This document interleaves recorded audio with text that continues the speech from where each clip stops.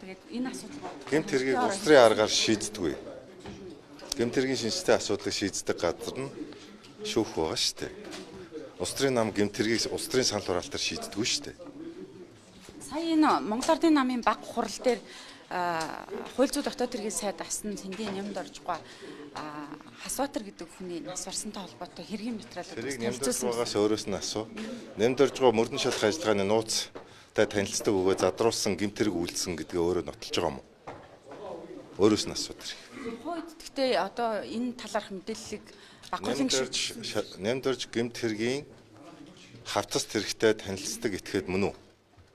Өөрөө тэрийг танилцсан бөгөөд өөрөө нотолж байгаа бол энэ нь өөрөө 5 жилийн хоригдолтой гэмт хэрэг. Тэгэхээр тэрийг нэмдэрж байгаа гэсэн. Монголын нам таныг энэ ясгна. Одоо намаас таныг бүх асуудлыг ярьж ингэж штэ. Энийг та хэр одоо шударгач гэдэг юм юу ч хөөгдсөн юм уу би одоо? Хөөн л гэдэг. Хөөцсөн юм уу? Мэдхгүй би одоо сая Обэдхгүй би одоо санахгүй л явж байна. Одоо намын гишүүнээс хүүн. Гэхдээ тэр одоо ер нь нэг юм хэлчих одоо. Одоо Бана Баярбаатар баг дүрдээ баг ор заяа. Үлгэрийн Баатар. Ер нь энэ хүн биш үү? Улсын их хурлын үндсэн хууль зааснаар улсын их хурлын гишүүн өөр ажил албан тушаал хавсарч болохгүй гэж байна. Энэ хүн намын хяналтын орооны дарга гэдэг орон тооны ажлыг хавсан гүйцэтгэж байгаа. Энэ нь их хурлын хууль үндсэн хууль зөрчиж байгаа. 2. Манай намын дүрм зааснаар хяналтын орооны дарга нь орон тооны байх бөгөөд өөр ажил албан тушаал хавсарч болохгүй гэж байна. Энэ хүн хяналтын орооны дарга гэсэн намын дүрэг заасан орон тооны ажлыг нэмэх нь их хурлын гишүүний ажлыг хавсан гүйцэтгэж байгаа. Мөн намын дүрм зөрчиж байгаа гэсэн үг байхгүй юу? Тэгэхээр нэг нүүр нь болохоор би одоо их хурлын гишүүнд хөөгддөд байгаа юм уу? Намын хяналтын орооны даргад хөөгдөд байгаа юм. Ингээ олон дүртэй их хурлын гишүүнийхээ хувьд яриад байгаа юм уу? Хяналтын орон даргахын хувьд яриад байгаа юм. Тийм учраас би хэлж байна шүү дээ. Энэ үндсэн хууль намын дүргээ эхлээ зэгцэлжээд энэ асуудлаа ярь. Албатай тэмцэх газар та гэрчим мэдүүлэг өгч ирсэн үү? Тэгсэн.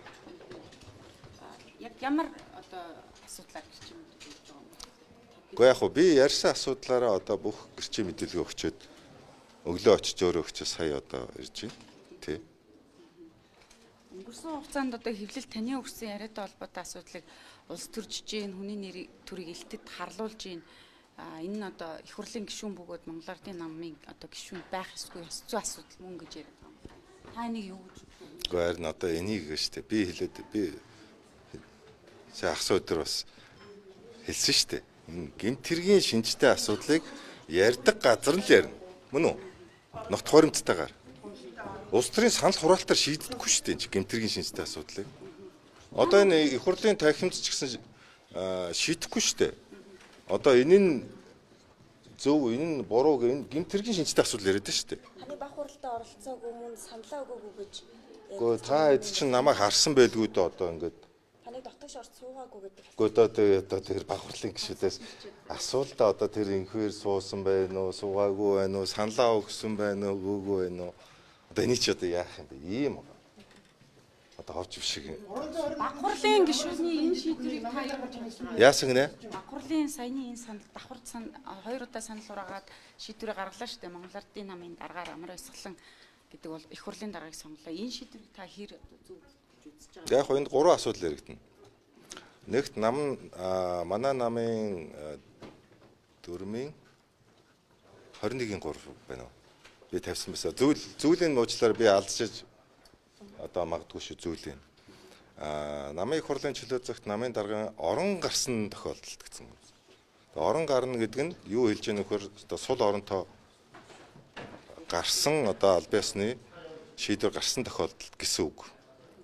Орон гарсан тохиолдолд гэдэг үг Монгол улсын их хурлын хууль сонгуулийн тухай хууль энэ өөрөө тайлбарлагдсан байдаг. Өөрөөр хэлбэл одоо жишээл их хурлын гишүүний орон гарсан бол гэдгийг юу гэж тайлбарладаг вэхээр улсын их хурлын гишүүнээс одоо эгүүлэн татсан улсын их хурлын тогтоол гарсан нэг ойлгоно гэж тайлбарлсан байна. Тэгэхээр манай намын даргын орон гарсан гэдэг бол намын дарга өргөдлөө өгөө түүнийг хүлээж авсан Бага хурлын шийдвэр гарсан тохиолдлыг хэлж байгаа. Тэгэхээр тийм гарсан шийдвэр байхгүй ер нь өгөхөд бэлэн байна гэдэг ам өгтөө өргөлөө өгөөгүй шүү дээ. Бага хурлд. Тэгээ баг хурлыг одоо хуралдуулж эхлэхээс өмнө намын даргатай холбоотой энэ асуудлыг ярилцаж эхлэхээс өмнө өргөдлөө өгөх хэсэг асуудлыг хилцэж болоогүй юм. Үгүй ээ би бага хурлын нэг л гишүүн шүү дээ. Энэ талаар шаардлага тавьсан юм. Ягаад санал хураалт явуулсан юм бол? Баярын дарга нь өргөлөө өгөөгүй байхад ягаад? Баяр нь хүчиндээ л одоо манай Баярмаатар би Үлгэрийн Баатар гэж хэлээд шүү дээ. Одоо энэ одоо нэг хэдэн юу гэсэн ч одоо би одоо хэлэх үг олдохгүй байна шүү дээ. Одоо хөнхөө гэлчих гээд байгаа уучлаа тэгэхээр би хэлсэхгүй байсан дээр. Тоолгын хүмүүс нөгөө дахиж санал хураалтыг ингээд шин журам гаргасан шүү дээ. Ингээд журам гаргасан тохиолдолд өмнөх санал хураалтууд дээр хурлууд дээр үгүй байсан. Улс төрийн намын тухай хууль дээр намын даргыг намын дүрмд заасны дагуу сонгоно гэж байгаа. Журамд биш. Намын дүрмд. Намын дүрм Монгол улсын дээд шүүхэд бүртгэлтэй байна. Өөрөөр хэлбэл Монгол улсын дээд шүүхэд бүртгэлтэй намын дүрмийн дагуу намын даргыг сонгоно гэж ойлгоно. Саяны тохиолдолд юу болсон байна уу гэхээр намын бага хурал дээр намын даргыг сонгох журам гаргацсан. Журмаа олонхын саналаар батлаагүй. Үнэ үү? Журмаа хилэлцээд санал хураагаад тоолоод батлах ёстой шүү дээ. Тэр журмыг санал хурааж батлаагүй. Тийм одоо юмар сонгогдсон гэсэн үг. Хаалтан дотор хэлж биш. Би сонгогдсон гэдгийг би ашлтан дотор хэлж байгаа. Тэгэхээр намын дүрмийн дагуу сонгоно гэсэн улс төрийн намын хууль зөрчигдсөн гэсэн үг. Мөн үү? Таныг улс төрийн намын тухай хуулийг тайлбарлах хэрэгтэй.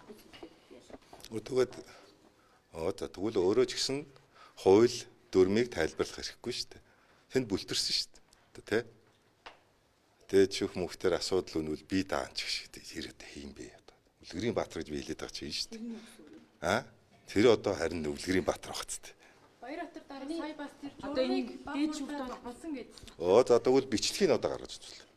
Батлсан гэж байгаа бичлэг тэрийг батлсан тоолгын үр дүнг одоо та бүхэн их хэвээр. Одоо би факт бол факт чек багхгүй юу? Одоо та бүхэн ингээ хоёр талтай мэдээлэл ингээд олон нийт аваад байна шүү дээ. Нэг нь асуудалгүйгээр нэг нь асуудалтай гэдэг. Тэгэхээр энэ дандаа факт чек. Факт чек гэдэг бол баримт. Манай бага хурлын хуралдаан бичлэгтэй явдаг. Тэр бичлэгийг гаргах. Одоо энэ Монгол Ардын намын даргыг улсын дээд шүүхтэр бүртгэх хэсэг асуудал олонний анхаарлын төвд байна. Тэгэхээр энэ одоо бүртгэх болов яах бол гэдэг ийм эргэлзээ там байна. Тэгэхээр энийг одоо Баярмаатар гишүүн би даа гэж хэлсэн гэж ойлгож. Битлэн даанч шиг тэр батлан даадаг хүн биш шүү дээ.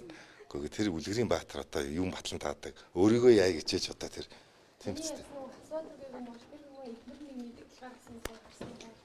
Би бол тэрийг мэдэхгүй. Нэг юм яваад байсан.